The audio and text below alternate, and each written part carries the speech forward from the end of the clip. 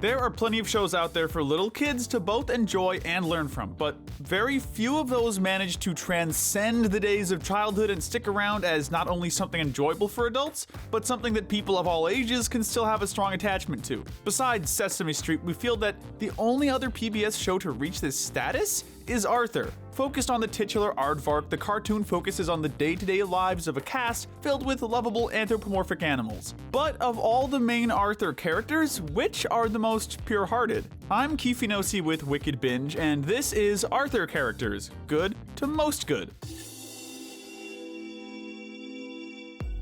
Now, in a show that's been on since 1996, having over 250 episodes and counting, there's obviously been quite a few characters introduced. For this list, we're primarily going to focus on the main Arthur cast, with a few fan favorites here or there. Additionally, with Arthur being such a down-to-earth show with no real big bads nor villains, we couldn't really put anyone in the bad nor gray tiers, hence why we're ranking these characters on the scale of good. With all that out of the way, it's a wonderful kind of day to rank some character moralities. Starting with our least good character, we of course had to go with DW. Yeah, there's a reason why this 4-year-old girl is still pretty infamous to this day. Giving a bit of a bad name to little sisters everywhere, DW can very easily be described as somewhat of a brat. She'll often use crocodile tears to get what she wants, and while she still cares for him, she seems to get a bit of joy out of messing with Arthur in particular. Even when taking her age into consideration, she still tends to act malicious or manipulative in some moments, and has been shown to be smart and clever enough to plan ahead in order to get what she wants. In the pageant Pickle, she pretends to be sad about her preschool's pageant, claiming that none of her friends wanted to perform with her. This turned out to be a lie, and all DW wanted was for Arthur to perform with her so she could humiliate him. In another episode, Prove It, she cons her friends out of their money with her fake science experiments and makes a big show out of claiming she knows all these things in order to trick Arthur into taking her to a museum. There are plenty of other examples where DW has been shown to be unsympathetic or selfish, but while this is a big part of her personality, she's far from evil. She still genuinely cares about her family and can even learn her lesson. Sometimes. Occasionally. But while we can't say that she's heartless, we still rank her as the least good Arthur character, morality-wise. Next up on our list is Elwood City's resident rich girl, Muffy. Like with DW, it probably isn't too surprising to see Muffy this low on our list. After all, she was introduced to the show doing something awful, cheating on a test and then throwing Francine under the bus for it. Don't look at me. Although she eventually apologized and made things right, it certainly set a bad precedent for her character, considering this is far from the first time she's lied or avoided responsibility. Muffy is a pretty selfish and self-absorbed girl, with a mind for profits and fashion. She can also be a total snob, causing her to sometimes be pretty rude and insulting toward others. Her worst moments were probably in episodes like Spoiled Rotten and Poor Muffy. She can also be pretty manipulative and forceful and often shows herself as a fair-weather friend, like in the episode The Director's Cut, where she takes over the making of George's movie and holds the fact that he was borrowing her camera to make the movie over his head. What keeps Muffy from ranking any lower, however, are her moments where she uses her money and business skills in positive ways, either to help her friends or the community, like when she supported the local soup kitchen and thrift store. Muffy also bucks the rich brat stereotype in that she genuinely cares for and respects her butler, Bailey. She may have quite a few awful moments, but she's still not the worst. Ranking right above Muffy is Molly, one of the tough customers. Molly unfortunately didn't start off as the greatest person. In earlier episodes, she could be sarcastic, rude, selfish, and an even bigger bully than Binky at times. She, as well as the other two members, would often push Binky into doing things he didn't want to do. Additionally, she can sometimes be stubborn and unnecessarily antagonistic toward the younger kids, like in The Law of the Jungle Gym, when she fought with Muffy over the Jungle Gym. As the series went on, however, Molly grew into more than just the school's tough girl. She cares about her younger brother James and is frequently seen looking after him and helping him out. The two of them actually have a better relationship than Arthur and DW have, and as such, Molly eventually decides to not be a bully anymore, so that she can set a better example for her brother. Molly was also willing to help the Tibble twins in the episode Mind Your Manners. Definitely not an easy task. Additionally, while she may sometimes try to peer pressure them, Molly still sees Binky and the other tough customers as her friends, and is willing to show her softer side around them. All in all, Molly isn't a bad kid, she's just a bit rough around the edges. Above her, we actually have another tough customer, Binky.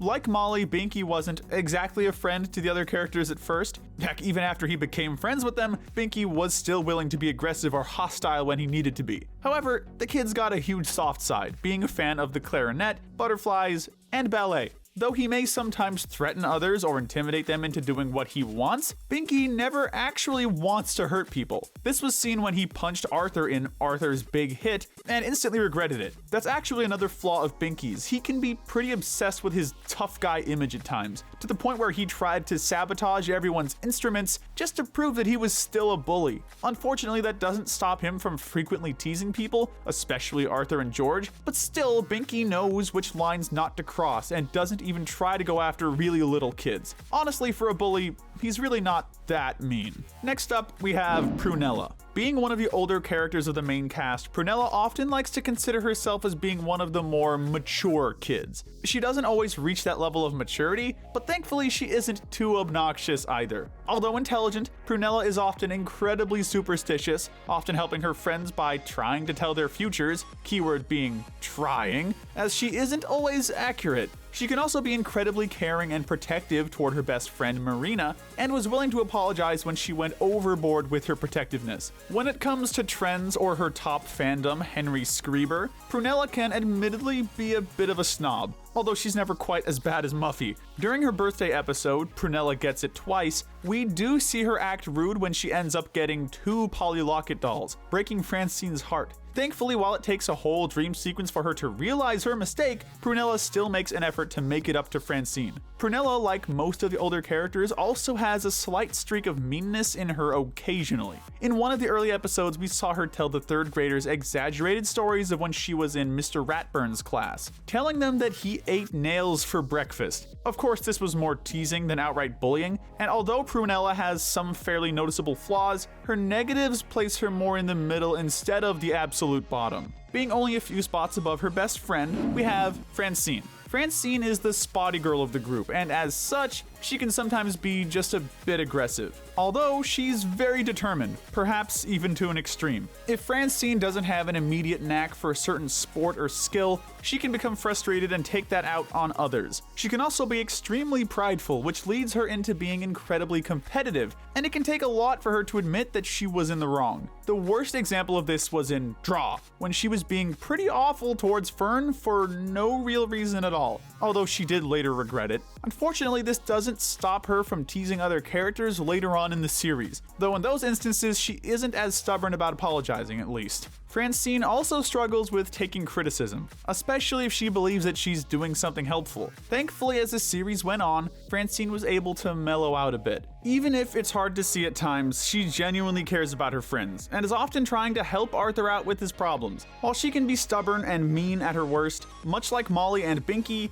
her softer and kinder side is enough to outweigh the bad. We've now come to the star of the show himself, Arthur. Yeah, surprisingly, Arthur ended up ranking fairly low on our list. That's not to say he's a bad kid, certainly not. It's just that compared to the other young kid characters like, say, Arnold from Hey Arnold, he's not as morally righteous as you may think. In fact, Arthur's had quite a few not so great moments. One of these instances was in the episode So Funny I Forgot to Laugh. In this episode, Arthur refuses to let go of a joke, essentially bullying Sue Ellen and then refusing to see what he did wrong. It's a pretty jarring thing to watch, though Arthur eventually regrets what he did and properly apologizes. Other episodes like A is for Angry and Arthur's Big Hit show that Arthur has one heck of a temper. While you could argue that he was justified in those moments, him screaming at his friends or punching his sister still isn't a good look. Arthur also sometimes has a tendency to break promises he's made to his parents, such as to not touch the computer during his mother's tax season or to not dig in the yard. Although he's usually pretty responsible, he can sometimes let desires of popularity or success get the better of him, though it's never taken to an irredeemable extreme.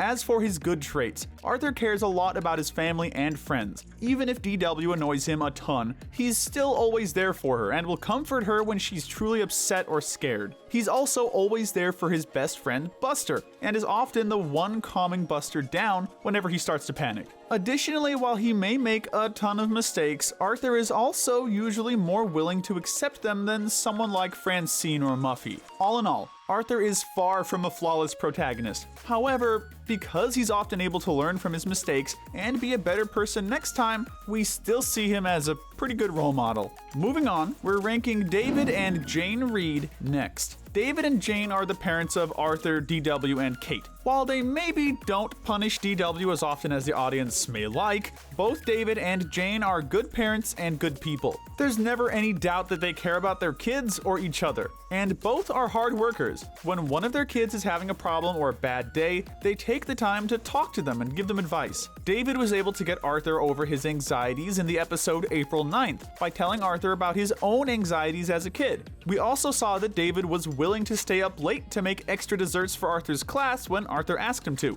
not wanting to let him down. As for Jane, when she briefly took on extra work and was out of the house more often, she still took the time to help Arthur come up with new study habits. Jane is also the one stepping in whenever DW's brattiness goes a bit too far. She'll scold, but she'll also usually try and teach DW why what she did was wrong, like in the episode Bleep. Now, neither parent is perfect. David can sometimes be a bit too goofy or embarrassing, while Jane can sometimes take DW's side a bit too often, usually asking Arthur to bring his little sister along. Still, in terms of animated parents, these two are a pretty good pair of them. We're going to rank Alan, aka the Brain, next. Brain is one of the rare smart characters in animation who isn't defined by his intelligence. Sure, he's a class genius, but he also has plenty of other hobbies, such as sports and chess. But while he isn't particularly nerdy, Brain is often seen as the smart guy who offers helpful information when needed. While temporarily staying at the Reed house, Brain was able to help Arthur's entire family out with various things, while also being an incredibly polite house guest, much to Arthur's annoyance. But for as often as he uses his intelligence for good, Brain can also sometimes use his mind in not so great ways. There are some instances where Brain uses his need to find scientific explanations for everything to pop people's bubbles, like when he tried to prove that bad luck didn't exist. Another example of this was after he started helping Arthur with his Robin Hood story after Buster moved away, he ended up removing all the fantastical and scientifically inaccurate elements. He did this with many of Fern's stories too. Yeah, Brain can sometimes take logic or the need to be right to the next level, causing him to be a hindrance or annoyance to his friends. Brain was even once willing to completely cut Sue Ellen out of her end of their group project because he was afraid she'd ruin his grade. Thankfully, he eventually apologizes for his perfectionism. As for his worst moments, well, Brain surprisingly doesn't have too many of them. He'll sometimes swear revenge on someone if he feels truly wronged, though he usually ends up harming himself more than he'll harm anyone else, and these moments are pretty rare. While he may sometimes fall into a bit of a Sheldon Cooper-esque persona, for the most part, Brain is a kid who manages to be smart and social, and is usually one of the more pleasant members of the main group. From science to poetry, next up is Fern. Though it took a bit for Fern to grow out of her shyness, she's certainly become one of the more well-known characters from the show. As a writer, Fern is a huge fan of poetry, mysteries, and the macabre, sometimes scaring the others with her darker stories, though not on purpose. She does, however, have a bit of a dark sense of humor. While she isn't one to start trouble, Fern will stand up for herself when pushed to her limits, like after she'd had enough of Francine's insulting comments, or when she decided to prank Brain in War of the Worms to get back at him for taking the fun out of her storytelling. Even while she's known as the shy girl, when something goes wrong, Fern is willing to speak her mind on behalf of what she believes to be the right thing. As the show's gone on and she's become more confident, Fern has certainly developed a bit of a prideful side as well. When she became a member of the band You Stink, it really didn't take long for her to develop a bit of an ego. Fern was also willing to steal stories from Ladonna when she was unable to come up with her own for a reading. These are pretty minor instances though, and while they do lower her ranking a bit, her flaws aren't nearly as big as some of the other characters' flaws that we've seen. Next, we have the show's newest main cast member, Ladonna. Introduced in season 16 of the show, Ladonna moved to Elwood City from Louisiana. Immediately, Ladonna is shown to be a storyteller, eager to entertain others in the hopes of them liking her. Unfortunately, because of this desire to be liked, Ladonna can sometimes over-exaggerate during some of her stories, and even starts to lie when she runs out of stories. She doesn't do this maliciously, nor to try and trick the others, she's just trying to be entertaining and fun. Thankfully, Ladonna learns her lesson and doesn't exaggerate as much after. She is, however, still a bit of a chatterbox and is easily the most talkative character in the show, but that's hardly a sin. What is a bit concerning, however, is her focus on making friends and making sure everyone likes her. We can somewhat sympathize with this, given how often she moves around, but she can take it to an extreme. At one point, Ladonna even made a list to see how many of her classmates liked her. When she figured out that the only one who didn't like her was George, she did all she could to try and bring him around. When he learns about this, George rightfully calls her out for only hanging out with him in order to cross him off of her list, and Ladonna apologizes. For what it's worth, Ladonna does seem to genuinely care about and value her friendships, instead of just valuing the idea of being popular. For this reason, we're giving her a pretty high ranking. Next up, we have alien fanatic and big eater, Buster. Now, Buster isn't really one of the smartest characters in the show, nor is he the most talented. In fact, Buster is one of the characters who usually needs advice the most. Despite all this though, Buster has one of the biggest hearts in the show. Buster is almost always seen with a smile on his face and is often friendly to everyone he meets. Even DW doesn't seem to annoy him too much. He also cares about both Arthur and his mother a lot, usually doing whatever he can to make them happy when he sees that they're upset. Even when celebrating the holidays pushed him to the point of exhaustion, Buster still hesitated on telling his mom how he was feeling, not wanting to make her feel bad. Buster's also used his amateur detective skills on 2 separate occasions. Once to clear Arthur's name when he was accused of stealing, and once to clear Binky's name when he was accused of graffiti. Though, speaking of crimes, Buster doesn't exactly have a flawless record. There were a couple instances of Buster stealing when he was desperate to have something. He refused to give up a fossil he'd found during a class field trip, and while it may not have technically been stealing since he had found it in the river himself, it was still dishonest. Buster's worst deed, however, was when he stole a cyber toy. What made this even worse was that he ended up sticking it in Arthur's backpack, dragging his unaware best friend into a whole big mess. To be fair, Buster didn't do this maliciously, but that just leads into another one of his flaws. Because Buster is so emotional and quick to panic at times, he can sometimes make some pretty bad decisions. But again, because these instances are not malicious, we felt that Buster still earned a decently high spot. Following him, we have George. Much like Fern, George started out as a pretty minor character, being more in the background than anything else. He has since, however, become more of what is considered an ascended extra, having several episodes to himself. Known for carrying around a giraffe dummy named Wally, George is a bit of a strange and awkward kid. He struggles with being socially outgoing, but still tries to be friendly to people. While some of his difficulties, like his awkwardness and his dyslexia, make him a bit of an outsider, George is a good friend to the other characters. During the episode Desk Wars, he's the only character who doesn't let the heat get the better of him, and even calls out the other characters for acting childish. In Do You Speak George, he has the chance to teach the other kids his made-up language, but quickly decides against it since he doesn't want to risk leaving anyone out of the fun. Probably the biggest example of George's patience and kindness is his relationship with Carl, who has Asperger's syndrome. Although George doesn't always understand Carl, he likes and respects Carl for who he is. He's patient with Carl and even learns more about Asperger's so that he doesn't accidentally upset Carl. While maybe not the most exciting or outgoing character around, George is definitely one of the nicest. We have the worldly and well-traveled Sue Ellen next on our ranking. Being someone who's well-versed in different cultures and having plenty of experience under her belt, Sue Ellen is not only an interesting character, but an active one as well.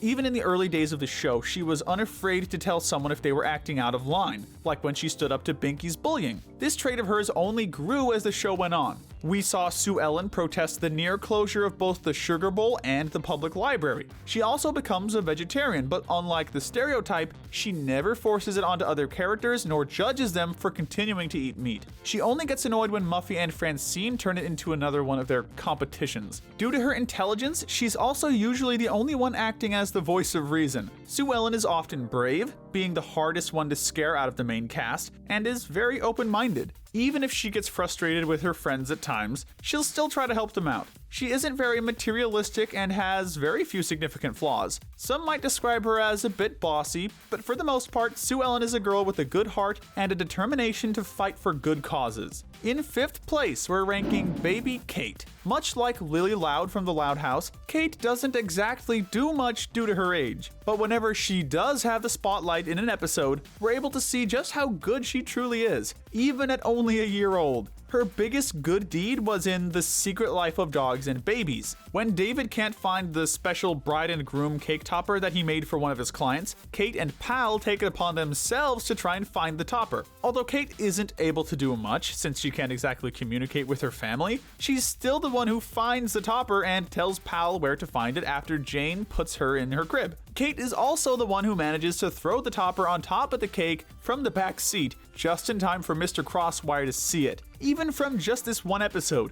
we can see just how much Kate cares for her family and how much she tries to help them, not caring if she's at a disadvantage as a baby. Outside of these instances, Kate hardly causes any trouble and loves her family, being especially attached to DW. To sum it up, Kate is just a total sweetie, and more than earns her spot. But despite her high moral standards, we felt that we still couldn't put Kate any higher since, again, she doesn't get too many chances to shine or affect the plot in a meaningful way. Right above her is the family pet, Pal. If you've watched our other Good to Evil videos, you'll know that it's really no surprise to see a pet, especially a dog, this high up. And Pal is especially a good boy. Though he was a bit mischievous as a puppy, once Arthur had trained him, he was shown to be loyal, brave, and kind. He once ran off during a town festival just to get Kate the balloon she wanted. Another time, during the aforementioned Secret Life of Dogs and Babies, Pal was willing to swallow his pride and beg for Nemo's help. Again, showing how much he cared about helping his family. Heck, not even bacon can sway Pal's loyalty and determination. And for a dog, that's very impressive. His most recent good deed came from last year's Thanksgiving special. While lost, Pal comes across a dog who offers him some of their leftovers. Rather than simply eating it all himself, Pal takes the leftovers to a dog shelter to feed the pups who don't get to enjoy Thanksgiving table scraps. Aww. Now, like most dogs, Pal's instincts can sometimes get the better of him, even when he does it for a good reason. It's still concerning just how many times Pal has run off or gotten lost, making him come off as a bit careless at times. But we're willing to forgive him for these instances and still call him a good dog for the most part. The Bronze Medal of Good is going to Mr. Ratburn. It's a bit ironic how the character who was originally thought of to be a nail-eating monster of a rat turned out to be one of the best animated teachers out there. If you've seen our animated teachers Good to Evil list, you know exactly what we're talking about. While Ratburn may give out more than his fair share of homework and tests, he doesn't do this to be mean or unfair. Ratburn just has a passion for teaching and wants his students to learn all they can. When he's out sick, his students are able to see just how valuable being challenged and learning new things are. He's also fair to his students, giving them second chances when they mess up, like when Francine turned in a plagiarized report without realizing it. Ratburn is always great with little kids, and even puts on educational puppet shows in his spare time. Ratburn is also willing to give advice outside of the classroom, like when Arthur was struggling with his weight, or when Arthur had to deal with the bullying that came with Ratburn temporarily living at his house. In terms of any flaws, Ratburn's are pretty minor. He isn't very great with technology, and does have a pretty infamous sweet tooth, to the point where he drove over to Arthur's house just to see if they were having cake. He even ends up marrying a chocolatier. That's just, wow. All that aside, it's pretty easy to see that even with all the extra assignments, Mr. Ratburn is the best teacher that a kid like Arthur could ask for. For the Silver Medal of Good, we're giving it to Grandma Thora. While many animated grandmas fall into cool or kooky territory, Thora leans more on the side of being lovable and sweet. While she may be old, Thora takes the time to learn about her grandchildren's interests so that she can engage with them on their level. She teaches Arthur how to play marbles and comforts DW whenever she's frustrated about having a big brother or a baby sister. She's also the one to talk DW out of running away after Kate is born. Her kindness even extends to outside of her family, as many of Arthur's friends see her as a sort of surrogate grandma. and she cares about them just as much as she cares about Arthur and DW. This kindness is especially spotlighted in the episode It Came From Beyond, where she took in a dog named Killer. Although Killer was incredibly aggressive due to being abandoned so many times, Thora saw the good in Killer and refused to give up on her, allowing Killer to live a happy life. Thora's primary character trait is being supportive and understanding, and although her main flaw is being a pretty bad cook, her many positive traits easily outshadow that. Finishing off our list, the gold medal of good is going to Mrs. Mcgrady. So remember how we were just talking about cool and kooky old lady characters? Yeah, while Thora may be the more traditional grandmother character, Mcgrady easily fulfills the show's cool old person quota. Although she's just a lunch lady, she has a ton of street smarts and is able to give plenty of advice, always willing to help any students who need it. She's essentially a guidance counselor along with being a lunch lady. When Arthur is peer pressured into stealing ice cream bars from the cafeteria, Mcgrady is the one who gives him advice, encouraging him to tell the truth to the tough customers. She also helps the kids reconcile with Francine in the episode Draw, where she pretends to collaborate with them on a prank. In reality, she gave the kids a chance to hear how Francine had been upset by their drawings, allowing them to realize their mistake. Speaking of Francine, Mcgrady took time out of her own personal schedule to be part of Francine's band as her keyboardist. While obviously talented, Mcgrady stays humble and cheerful. She's also good-natured and has a great sense of humor, being able to stay positive and friendly even while going through cancer treatments. Starting with the Darwin Medal, we just had to give it to Buster. While he's not dangerously dumb, his grades are often poor throughout the series. We're also giving Buster the Gluttony Medal, as he is often the character most obsessed with food and eating. We're going to give the Pride Medal to Francine, for how proud she tends to be of her athletic abilities, always needing to be the best at a sport no matter what it is, and never backing down from a challenge. Surprising no one, the Greed Medal is going to Muffy. Although she already has quite a bit, that usually doesn't stop Muffy from wanting more, especially if it's something to do with fashion. Continuing with the Envy Medal, we're going to give it to DW. She can get jealous pretty easily, and there have even been several times throughout the series where she's schemed to get something that Arthur or one of her friends have. Finally, the Wrath Medal goes to Arthur. Even if his rage only comes out every once in a while, we felt that it was consistent enough throughout the series that he was more deserving of it than any other character. But let us know in the comment section if you agree with our rankings, and tell us what we should cover next. Remember to hit that notification bell and binge our Good to Evil playlist, where we break down the moralities of the characters in your favorite cartoons, shows, and movies. But most importantly, stay wicked.